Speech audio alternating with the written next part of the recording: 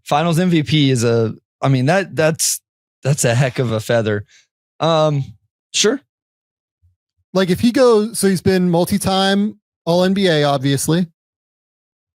Would have won 2 titles as like a top 3 player on a team. You know, second best player here, third best player on that Toronto team. I mean, second team All-NBA 2020, third team All-NBA 2022. Can I get my rebuttal to this statement? He just missed out this year, just missed out in 2023, just missed out in 2019. Go ahead, though. What's your rebuttal? I don't think Siakam wins Finals MVP because I think I still believe the way the Pacers win this series is behind Tyrese Halliburton being the best player on the team. Probably true. I personally struggle to find the path where Tyrese has, in general, a game like tonight and they win this series. Well, here's where we'll finish before we get to the super chats. I mean, does Siakam, or do you still have Oklahoma City winning the series? I do. I do too. Yeah, I do too. Now, if you made me put money on it, I might change it to 7 now, and instead of 5. But yeah, I anticipate a game 2 victory for OKC. But we said even in 5, we thought it was going to be 5 awesome games, and maybe it ends up 6, maybe it ends up 7. I still think OKC though. Yep. Our first super chat comes from dear friend and producer of the program, Andrew Claudio. By the way, take your money back. I will be paying you this $5 back in the next bill. You did not need to bring up the Knicks game 1 collapse, guys. Oh, did I? My bad. I didn't know if you had to listen or not. GMAC, my fault. I didn't know. I did a whole video breakdown on Knicks Film School. If you guys want to go relive it.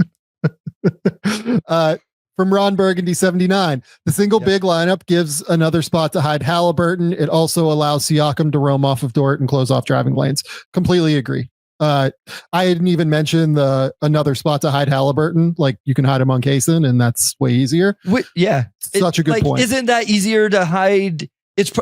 So that's interesting. Is it easier to hide on Wallace or on Dort? Because Dort would be his matchup, right? If Chet is on the court, Siakam probably has to guard Chet. No, I'm talking about Halliburton. Halliburton's guarding Wallace right now. If they went to the big lineup, he would guard Dort. So I'm saying, is Dort that much easier? I still think there's an argument that Dort is a tougher matchup for him because Dort attacks the offensive board so much. And so then we would see how good and impactful of a defensive rebounder Halliburton is. And right now you probably trust Dort to knock down a 3 more than Kaysen. Probably. I was going to say Dort's also a better screener than Kaysen. So you're going to get that little contact as well. Where they can attack him with Kaysen is just giving Kaysen the ball and letting him attack with the ball in his hands. But how much is OKC going to lean into that? So in general, I think I still agree with all of this with this comment. I completely agree with it too. Yeah, 100% the Siakam part. I think I agree with the Halliburton part as well. Love from Sebastian. Love Vassell, but damn, he got taken 1 spot ahead of Hallie. It's tough. Put it this way, though. You might not have Wemby if you had Hallie. And Killian Hayes went how many spots in front of Tyrese Halliburton? So, I mean, you guys just wait till the Pelicans season off-season preview comes out. Boy. Killian Hayes gets some love in that one. Yeah, some love. That's the way to put it. But hey, again, Spurs might not have Wemby. They had Hallie right now. So maybe no complaints there. From Antonio, I don't want to overreact, but a team can't win a title with a player like Chet, right? He's simply too weak and skinny for the position he plays. I mean, honestly, right now with where Chet is physically, I think it is a little bit difficult to have him as the 5. But as a 4 in this series again, I think he can deal with Siakam, and I think that you can play him in that way as a 4. Yeah, I mean, I don't think it's an overreaction. He was very bad tonight, Antonio. I still think the archetype, because here's the thing. we just said one thing we would love to see Chet do is attack Turner. If you play a too big lineup, he's no longer attacking Turner. He's trying to attack Siakam, which I don't think is as big an advantage. I think maybe what the conversation eventually is like, what role, what option is Chet on a title contender offensively, right? Like what is his ultimate role? Maybe it's not, maybe it doesn't end up as high as maybe we thought, or maybe just right now it's not high enough to be the number 3 guy. So we'll see. I understand the point though, especially like you said, Sam, playing at the 5, but like in this series, he should be able to do it. Like it's not like it's Jokic on the other side or Zubac or, some big physical post players that he's having to go against. I think he just had a bad game. We'll see if it continues. Yeah, I agree. And the other thing is Chet is like a super mentally tough human being. I fully expect him to respond in game 2. Like I think he will play much better in game 2 at this point.